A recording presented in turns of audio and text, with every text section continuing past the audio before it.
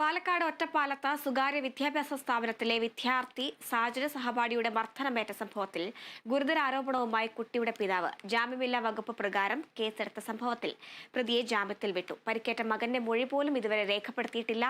ആദ്യം മുതൽ കേസ് ഒതുക്കി തീർക്കാൻ ശ്രമം നടത്തുന്നു. പോലീസ് ഉദ്യോഗസ്ഥരെ വിളിച്ചിട്ടും ഫോൺ എടുക്കാൻ തയ്യാറാകുന്നില്ല. പ്രതിയുടെ രാഷ്ട്രീയ സ്വാധീനമാണ് ഇതിന് പിന്നിൽ. ബോധപൂർവമാണ് മകന് നേരെ ആക്രമണം നടന്നത്. CCTV ദൃശ്യങ്ങളിലൂടെ കാര്യങ്ങൾ വ്യക്തമാണ്. മകൻ ആശുപത്രിയിൽ കഴിയുമ്പോൾ പ്രതി മറ്റുള്ള ആളുകളെ സ്വാധീനിക്കാൻ ശ്രമിക്കുന്നു.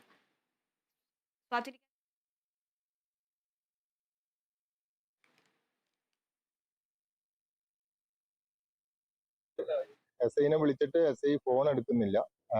എൻ്റെ അടുത്ത് 170 BNS സെക്ഷൻ 117 ക്ലോസ് 2 പ്രകാരമാണ് 7 വർഷം വരെ പിന്നെ ശിക്ഷ കിട്ടാവുന്ന വകുപ്പ് പ്രകാരമുള്ള ജാമ്യമില്ലാ കുറ്റമാണ് ചുമത്തിയിരിക്കുന്നത്. പക്ഷെ സ്റ്റേഷനിൽ ജാമ്യത്തിൽ വിട്ടു എന്നാണ് ഇപ്പൊ കിട്ടിയ അറിവ്. അത് മാത്രമല്ല, സങ്കടകരമായ ഒരു അവസ്ഥ എന്താന്ന് വെച്ച് കഴിഞ്ഞാൽ എന്റെ മോന്റെ മൊഴി പോലും ഇതുവരെ പോലീസ് രേഖപ്പെടുത്തിയിട്ടില്ല.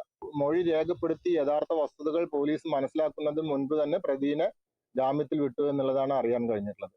പോലീസിന് നോൺ ബെയിലബിൾ ഒഫൻസ് ആണ്. പോലീസ് കോടതിയിൽ നിന്ന് ജാമ്യം എടുക്കേണ്ട വകുപ്പാണ്. പക്ഷെ പോലീസ് തന്നെ വിട്ടു എന്നാണ് അറിയാൻ കഴിഞ്ഞിട്ടുള്ളത്. രാഷ്ട്രീയ സ്വാധീനമാവാനാണ് സാധ്യത. രാഷ്ട്രീയ ഉന്നതന്മാരുടെ സ്വാധീനമാവാനാണ് സാധ്യത. മോൻ ഇപ്പോഴും രാത്രി മുഴുവനും കടുത്ത പനിയായിരുന്നു മോന്.